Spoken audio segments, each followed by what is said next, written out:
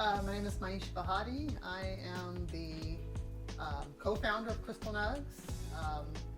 I'm also the founder and owner of the Bahati Brand, which is the first Black-owned cannabis retail brand out here in Sacramento. And Crystal Nugs, we all are the first and only Black-owned business who hold the cannabis event organizer license here in Sacramento, so we can throw cannabis events. And we're one of 38 in the entire state of California that hold that event license. So that's my introduction. Brian. I'm Brian Brown. I'm a partial owner of Crystal Nugs with Maisha. She's the queen.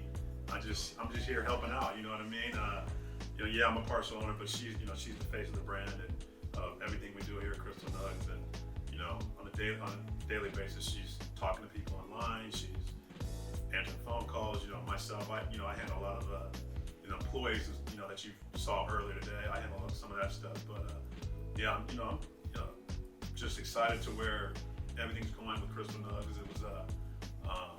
It was a vision of what Maisha had, and my wife as well is part of it as well, Melina Brown, and it's just something to be excited about, to see minorities coming together and doing something. You know what I mean? It's just too many of us are trying to hold each other down and stuff like that, but it's just exciting to be part of it. Something that's actually you've seen from the beginning, and it's growing, and it's going to continue to grow, and I'm here to do great things, hopefully. What was your first time like? Wow. Well, hopefully my parents don't see this. But, my first time consuming cannabis, I was probably summer going into the summer going into my freshman year. I tampered with a little alcohol, I tampered with a little cannabis, but cannabis took over. It just, I never looked at it as a drug. I just kind of looked at it as a social thing to myself. Back in, I'm from Seattle, Washington, so it was never considered like a drug to me. Obviously,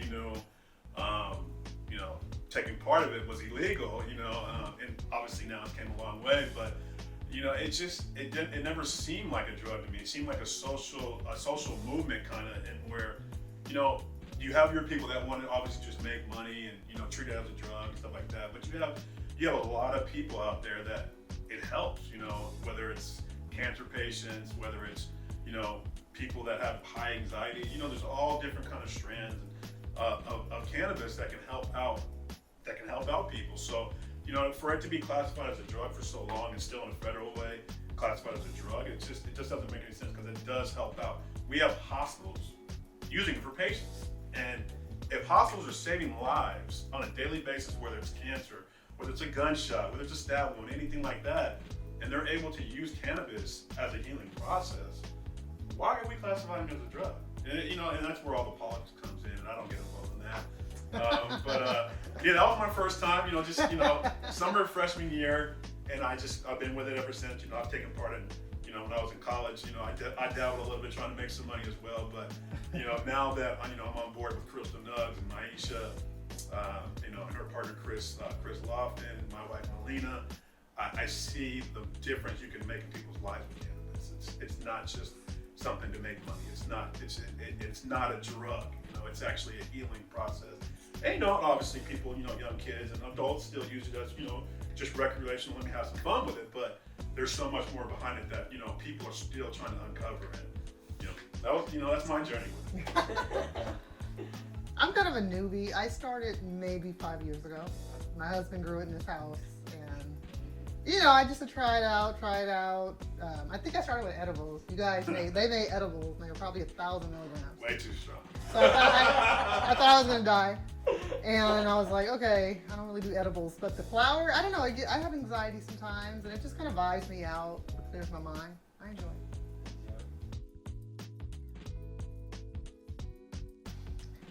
We got in the industry at the same time. We were, we had a couple of brands that we were trying to bring to life, Snap Skull, and we also had some ATMs, a business.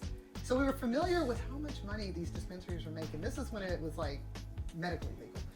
So we knew it was going to come legal January 2018, I think, and we were like, man, let's try to figure this out, right? So we hustled. I mean, we had no prior knowledge.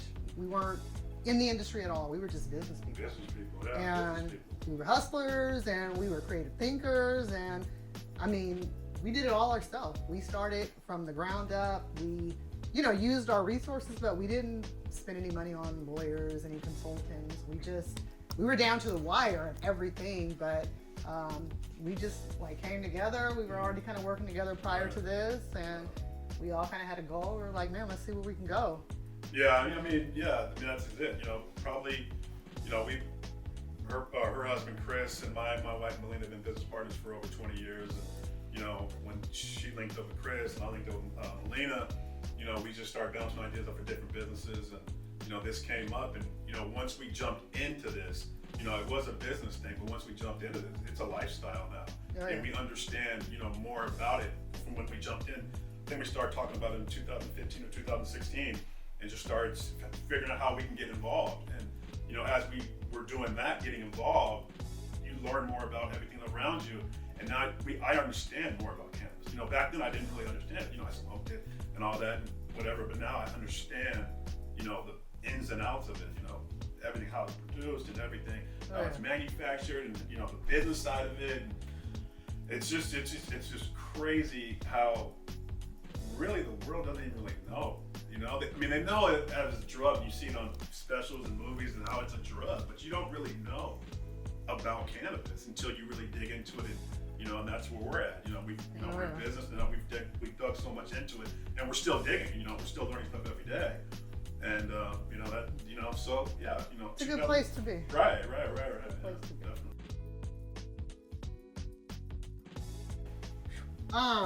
And it was an everyday hustle. It was 4 of us, and we were all doing something, looking for properties, meeting up with properties, dealing with negotiations, dealing with people who wanted way too much. And we got our license along with 12 other operators. So we were in the process where December 2018, they were going to, was it December 28 or 19? They were going to a temporary license. So we got in when it was just temporary licenses given out. Had we not made that cutoff, we would have had to wait another 6 to 8 months for the annual process. So we kind of slid in there. We found this building. It was just an empty warehouse. So we kind of rode the whole process of the build out, construction, the kind of up and downs with that. We were thinking we were going to be open in June. We didn't really open until the next year. But it was cool because a lot of the operators in here they were already running. They were in the medical. So we were able to get knowledge from the top dogs, right? Like newbies. So, we listened and then just taking all the information, and everybody was cool.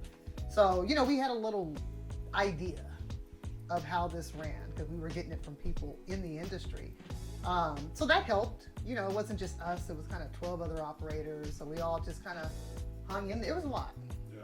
It was a lot. No, definitely a lot. We used our own money. We didn't have investors. We kind of grew this from grassroots, and we still continue to do it. But man, I remember we just celebrated every milestone. Yeah, no, every little step we took, that it was gone. We got our event license and our delivery retail license at the same time, right? I think they were just kind of trying to get that cutoff. So, we just rode them. We got in there. We were like, yes. Yeah. So no, I just you want to do something like this, and usually in any other business, you can jump in and go to a bank and get money. We didn't really have that option. I mean, it's like, what are we gonna do? We got to hustle here to get this money. We got to hustle here to get this, and her husband is like, he's got like 20 jobs. You know what I mean? He's still working. She had 3 jobs. I had 2 jobs. Melina had their businesses. So it's like you can't get money, like for a regular business. So you have to find ways to scrounge up that money, and realistically, it's like it's everything on the line. Yeah, you're risking everything. You know what I mean? Like it's a huge risk. To put all your money into this, and you don't know if it's going to work. You don't know if it's going to run right or what's going to happen.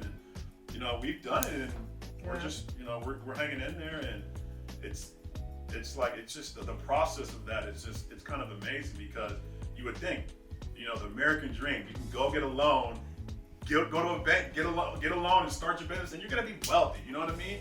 Bitch, well, you can't do it that way. It's kind of hard. So yeah, we just been grinding, and I think we're still grinding until this day, and it's gonna continue to happen. And like I said, hopefully we just keep growing in the right direction. That's what we're trying to do. That's good. Yeah, I retired. When we yeah. started this, I retired from my job. I did 18 years in the county of Sacramento. So I was able to retire from there to become a full-time cannabis entrepreneur. So that was a risk, but it's the industry is where you have to go all in. You can't go half in. You got to go all in and just keep going. So that's what we did. We all, we sold property. We positioned ourselves, number one, because we knew that dispensary was going to come up. So my goal from day one was we got to position ourselves so when they open the dispensary lottery, we're first in line. So we've been doing a lot of things strategically, just taking advantage of everything in the cannabis, resources, networking. With Elyon, you guys were the first ones to partner with a billboard. A 20 billboard run, and I remember we hit you guys up like, hey, we're new, let's do this, and it was like instantly, let's go, Yeah. And that's the kind of relationships we built, which is kind of how we got here. I think we've just been transparent and just like true people in this. You really just, if you just keep it real. That's kind of how I am. I mean, I'm a basketball coach at heart. I played basketball at the University of Washington. I coached basketball for 10 years after that, and I still coach to this day. And I kind of just take everything as a, when you, I don't know. His dad's a famous basketball player. My dad did. He played in the NBA as well. Won a championship with them, the Seattle Supersonics. But when you play sports, you have that family atmosphere. You know what I mean? So everyone's together. You're trying to bring it together. And that's kind of what we kind of have here. We have their family, we have my family, which we're all in it together. And we brought people in that we've known. You guys were talking to Tori. One of her good friends is Tori's mom. Yeah. So we kind of brought them together, and you kind of can feel people out and see who's going to work and who's not going to work. Tori's worked out great for us. Jesse's as well. Tori knew Jesse, she brought him in. Yeah. Jesse knew Jenna, brought him in. Jesse knew Jimmy. So it's kind of like you kind of keep it in a tight niche, and then when you do go out and hire some other people, you kind of want to talk to them and see if they have that family fit, and that's kind of what I do. I don't just bring anyone for an interview. I kind of feel out their resume. I kind of go back and forth with them email and see how they how they respond, and I can kind of get a feel. Being a coach, you kind of feel it. You can feel your players and stuff like that. So yeah, I mean that's it's what it is, and we're moving forward. We're going to continue to move forward, and like I said, I want like the younger crowd that we have working here with us to grow with us. We want them to get involved and, see how businesses are ran.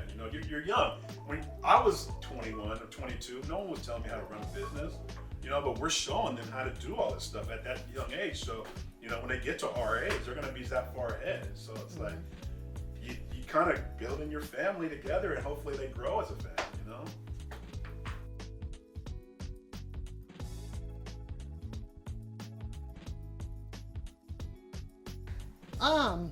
I was talking to you outside how when we first opened, we were kind of deciding, it's three of us who own it, myself, Brian, and his wife, Melina.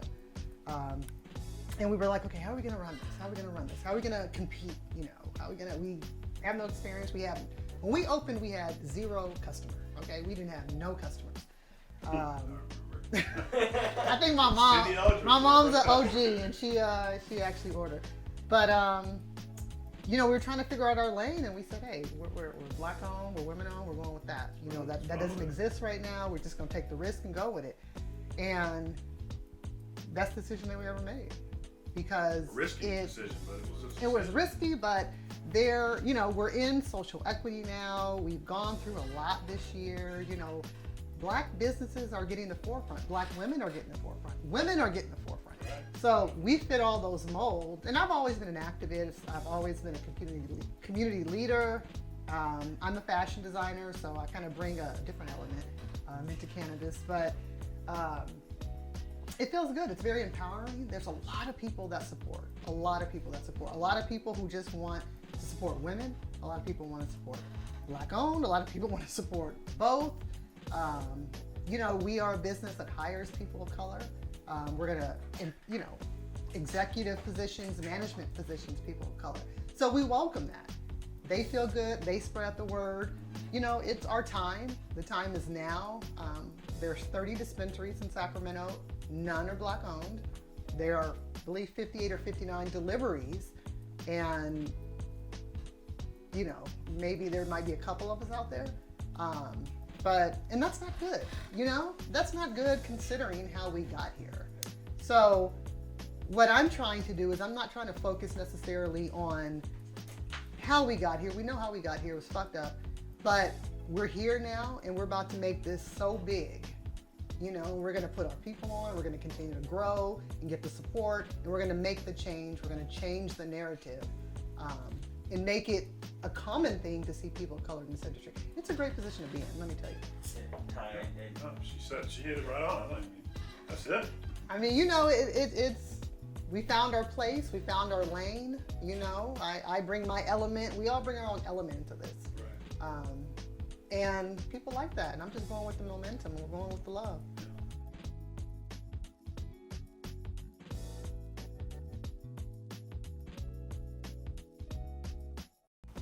I don't think that has an effect. Maybe in a younger generation,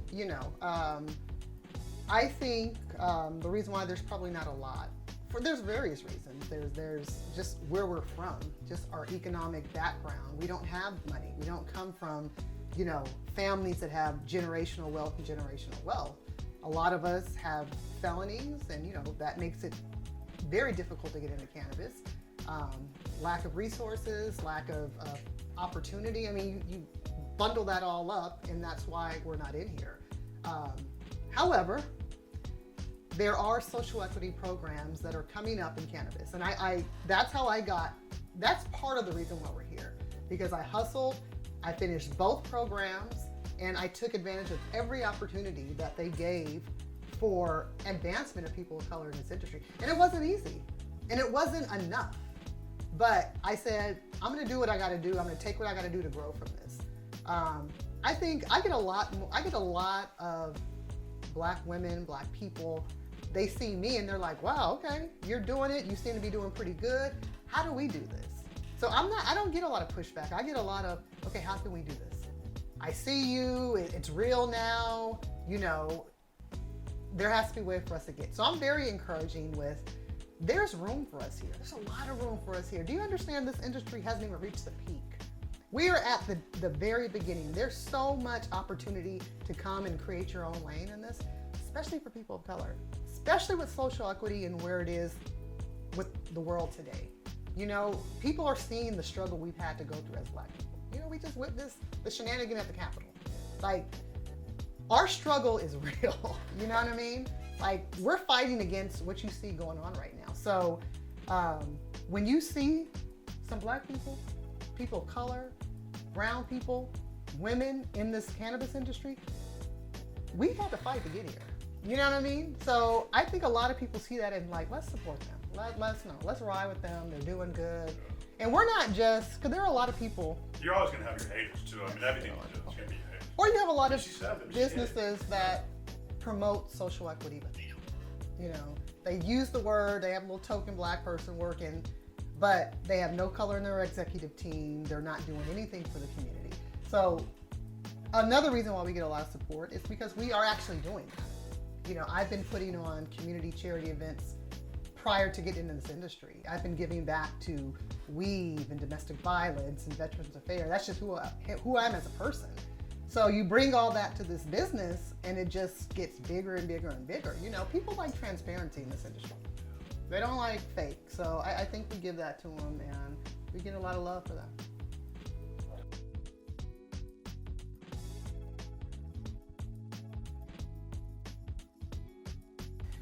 I get a lot of people that inbox me and ask, how do we get into the industry? How do we get into the industry? My first thing is find out about your social equity programs.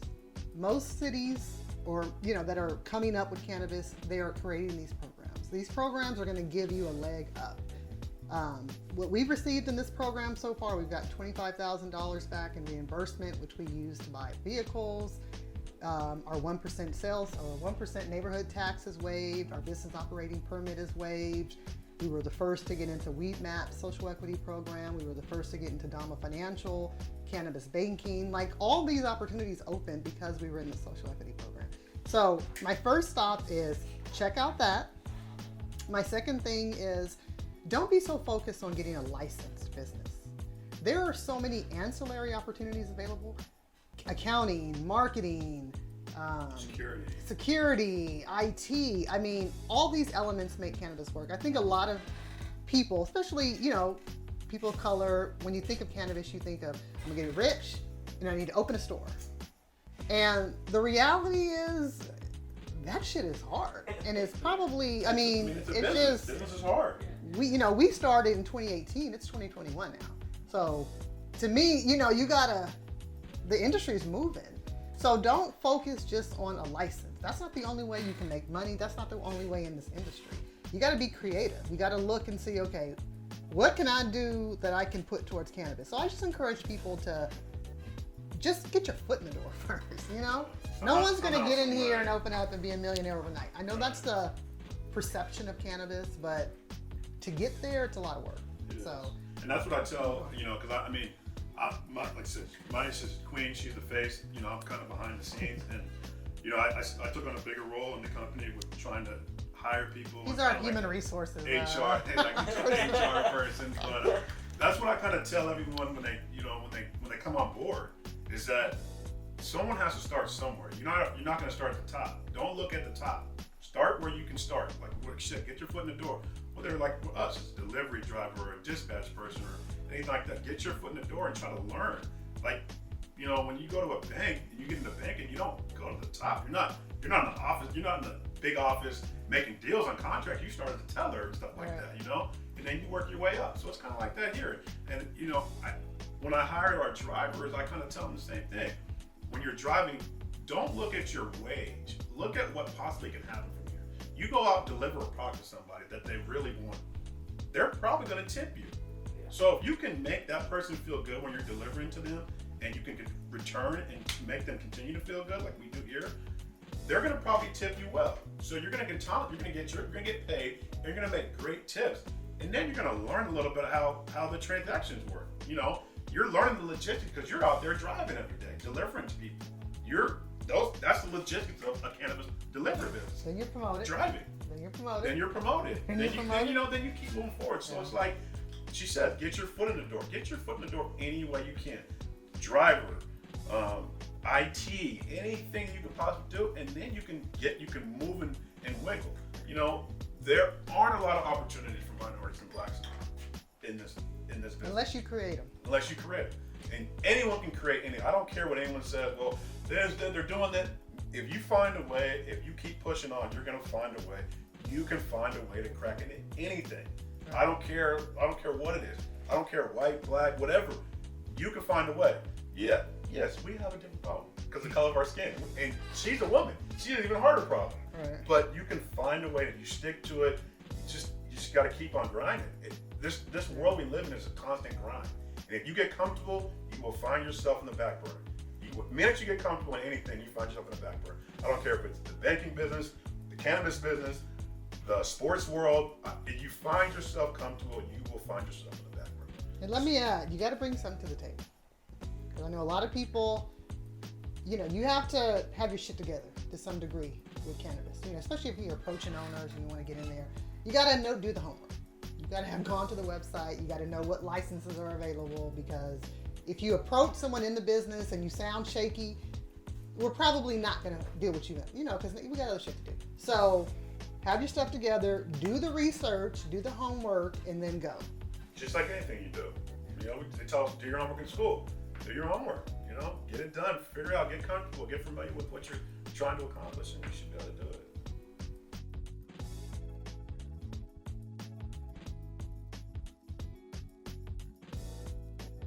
Sure, the social equity program, it was a program that we followed.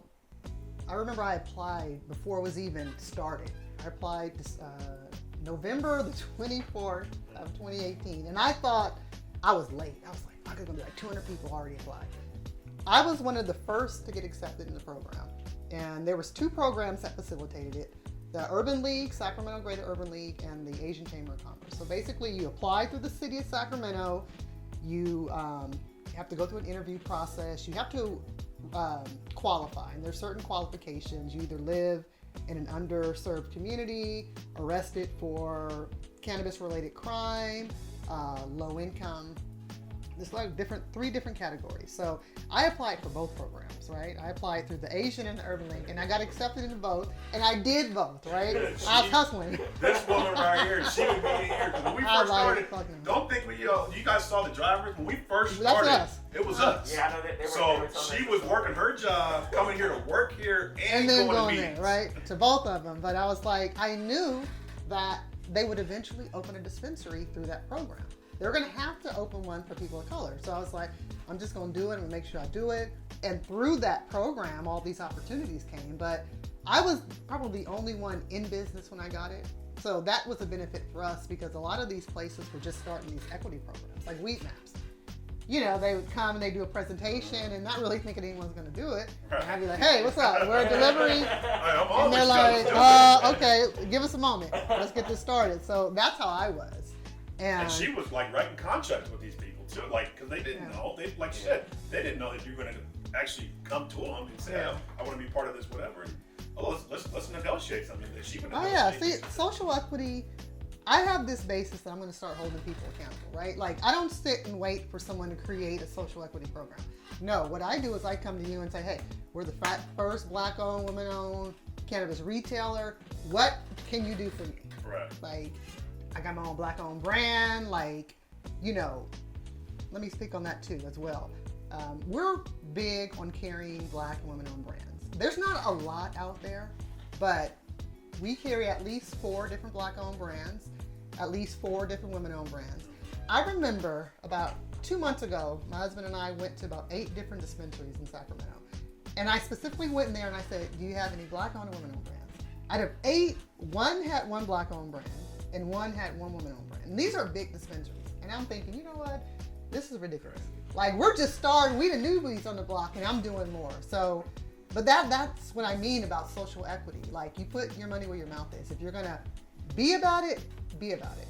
So, I mean, social equity is getting a lot bigger and bigger. You're getting a lot of big names. Jay-Z's now talking about it. So, it's becoming a thing now, right? Yeah. Is it trendy to some?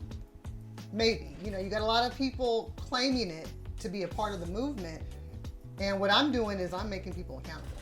So if you say you're going to do it, okay, how can you help Crystal Nugs get to where we need to go? Right. And you know, now you got to sit at the table. And that's what it's all about. You know, as a minority, you want to sit at the table. You want to sit at the table. You want to be like the big bosses. You know, you want to. Actually, we're gonna bring the table. Yeah, we're bring our own table. Put it right here. For her to sit down and say, what can you do for us? That's what people do every day. What can you do for me? I go into an office, if I have a suit and tie and I'm a male, I go into, okay, let's talk. What are you going to do for me? What are you going to do for my business? That's all she's doing. Yeah. You know, she's a minority, she's a woman, she's doing it.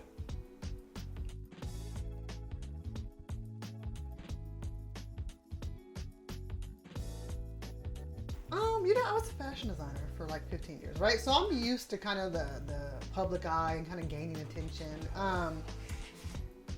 When I did the cannabis, I remember I was freaking out. Like, I wonder if people are going to delete me. You know, am I going to lose followers or friends because I'm in this cannabis industry? So that was a concern of mine.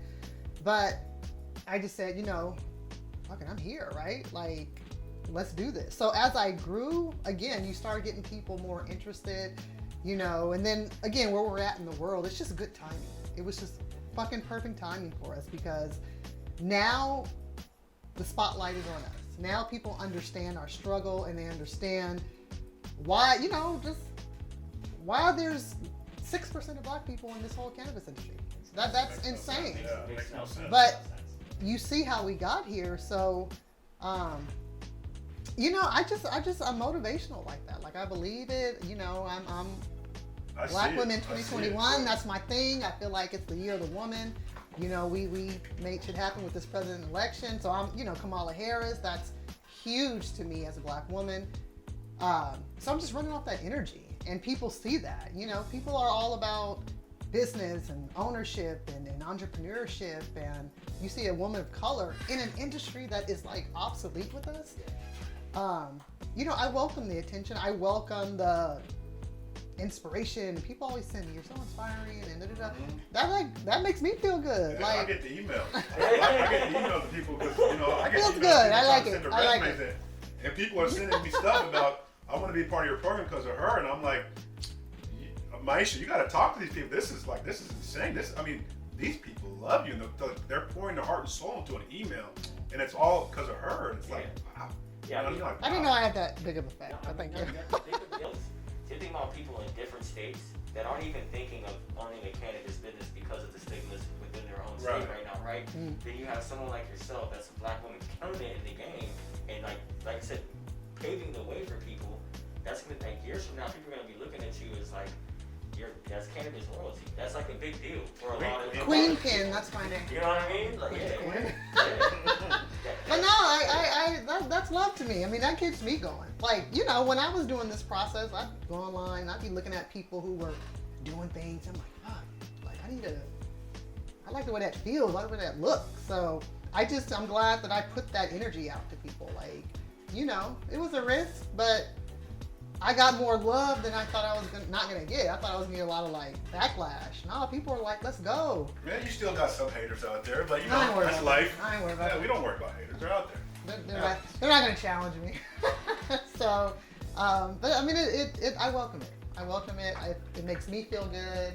I'm all about black women, black power. Let's get it. So if I'm portraying that, I'm doing something right.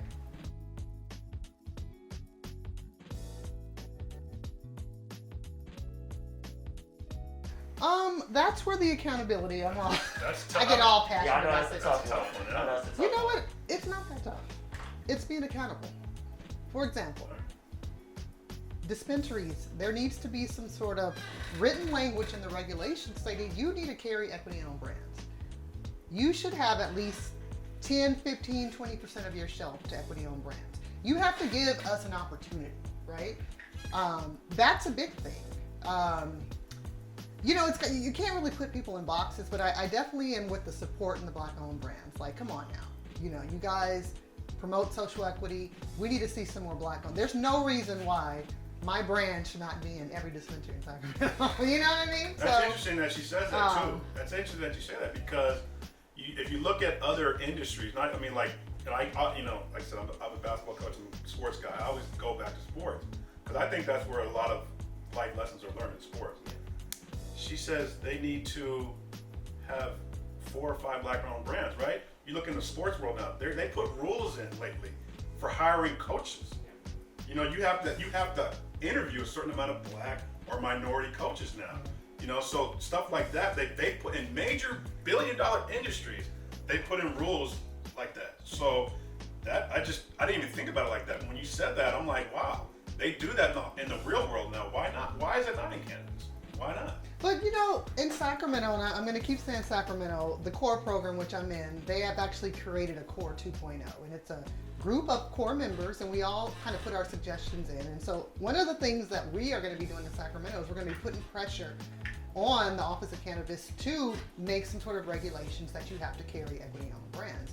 So we're fighting this fight. You know, if we don't do it, nobody else is going to do it. Like these dispensaries and so forth, they're making millions of dollars. Like they don't necessarily need our products. It's up to us to say, no, you do need this. You do need this. So I think writing that in regulations, and I think the people who are in the industry, like I have an example to set. You know, I should have people of color working for me. If I don't, then, you know, so part of it is creating the own opportunity. I'm doing what I can do to put people on, to help people. I speak at different core classes. I speak at different platforms, telling people how to get in the industry. So I think it's just the more of us that get in the industry, the more we're going to help our own, and the more accountability we're going to put on people. Hey, So she held me accountable. She checked me. She's like, hey, Ryan, we need more women in here. We need more minority women in here. So okay, boss, I got you. So hey, 2 weeks later, we got 3 women in here working. So that's what it is. Hold people accountable. And you know, they started looking at, you know, people look at us. I know they do. They looking at us, see how they're doing. And you look, social equity is a big thing.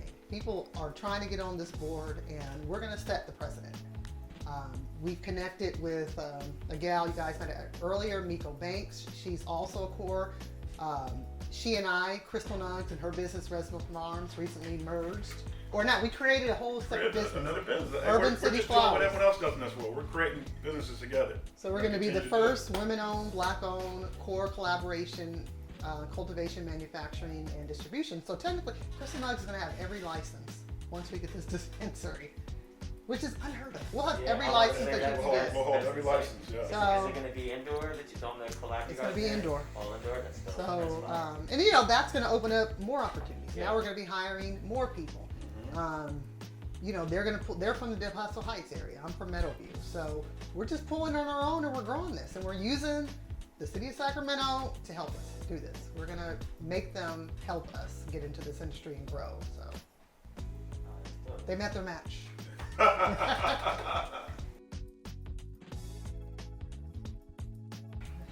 Shout out to Resin Farms. Shout out to, we got little Viola here. Shout out to Elyon. Much love to Elyon. Hi Gorgeous, women-owned brand. We did a mail-in Heavenly Sweets, women-owned advertising. brand. We got Heavenly Sweets, women-owned brand. Man, King's Garden. I think they're a little local. I mean, we got all our brands are dope. We sell fire here. As far as just a business, like, not only are we cool, we handle our business. We're professional. We got a huge selection of products. Top shelf, mid-grade. We got something for every price point. We want something for everybody. We don't want to just keeping it to where it's, it's the upper class, lower class. We want something for everybody. That's what we've done. Her husband Chris has done a fabulous job ordering products here, figuring out which products to have here, and we have something for everybody, whatever it might be. You want the top of the line, you want the bottom, you want mid, you want tinctures, you want edibles, we have alcohol everything. Or cannabis wine, yeah. Cannabis lubricant. I mean, we explore. This is a one-stop shop. We want people to come here and be like, wow, they got.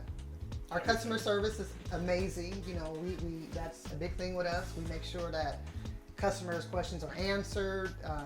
We have a good elderly population that we seem to acquire. Because, we're just good customer service people. We handle business. And my Maisha Bahati is one of our best sellers here. And I work with, this is the dope thing about my brand. This is a black brand. The flower I get is from a black-owned cultivator out here in Sacramento, right? She's also in the social equity program. So when you purchase Bahati, you're helping 2 social equity applicants move forward, right? So we support each other. 31% fire. I just did a whole photo shoot. I'm going to do a whole branding campaign. So I'm just, I see a lot of articles about black-owned brands. No women on there. It's always the same old brands. So, I'm about to let them know. I'm here. We're here. We're here. We're going to keep on grinding. And we got our comedy joint coming up. We have a comedy joint coming up. We got a lot of Let me just throw that in there, right? So, it's our first event. It was a comedy entertainment. It was supposed to be September of 2020, but obviously COVID shut that down. Top comedians, David Garibaldi.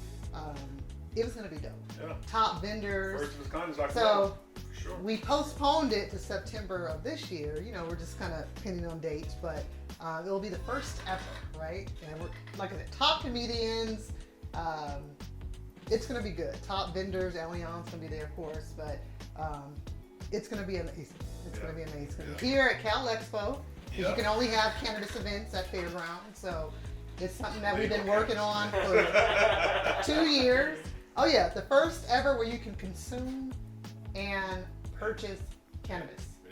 Yeah. And have a comedy show there. Comedy show, DJ. I mean, we were in talks with like DC Youngfly. Like, we were gonna give it to you. That would be hilarious to watch.